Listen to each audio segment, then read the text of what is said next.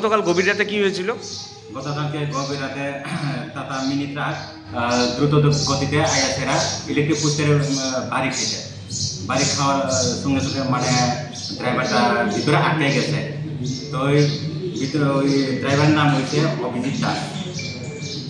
এরপরে আমার ফোন করছে, স্যার এই ঘটনা তেলেমার মতো ঘটনা হয়ে গেছে।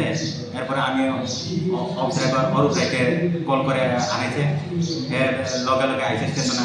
হ্যাঁ, আপনার সঙ্গে যে আছে। হ্যাঁ, আসার সঙ্গে সঙ্গে আমি নিজে গেছি, গিয়া তারা দেখছি যে এই আটকে গেছে। আটকানোর পরে অরূপ রায় প্রচেষ্টায় মানে ড্রাইভারটাকে উদ্ধার করতে পেরেছি।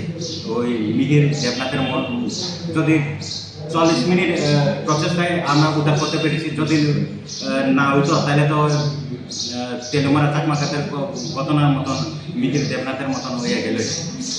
এরপরে আপনারা তারা হসপিটাল পাঠাইছে। এরপরে আমরা হসপিটাল নিয়ে আসি। আপনারা কোন ফায়ার সার্ভিস? আমরা বিষ্ণুপদা ফায়ার সার্ভিস। আপনার নামটা স্যার? আমার নাম Rupendra Reang, sub officer incharge. আপনার নাম? আমি ড্রাইভার অরূপ। আপনি গতকাল গিয়েছিলেন?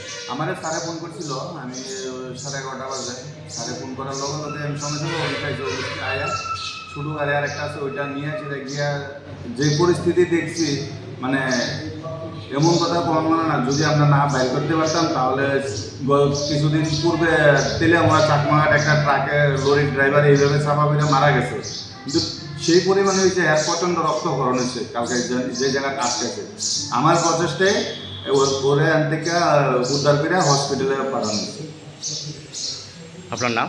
আমার নাম ড্রাইভার অরূপ রায়, বিশ্রাম ফায়ার স্টেশনে পোস্টিং।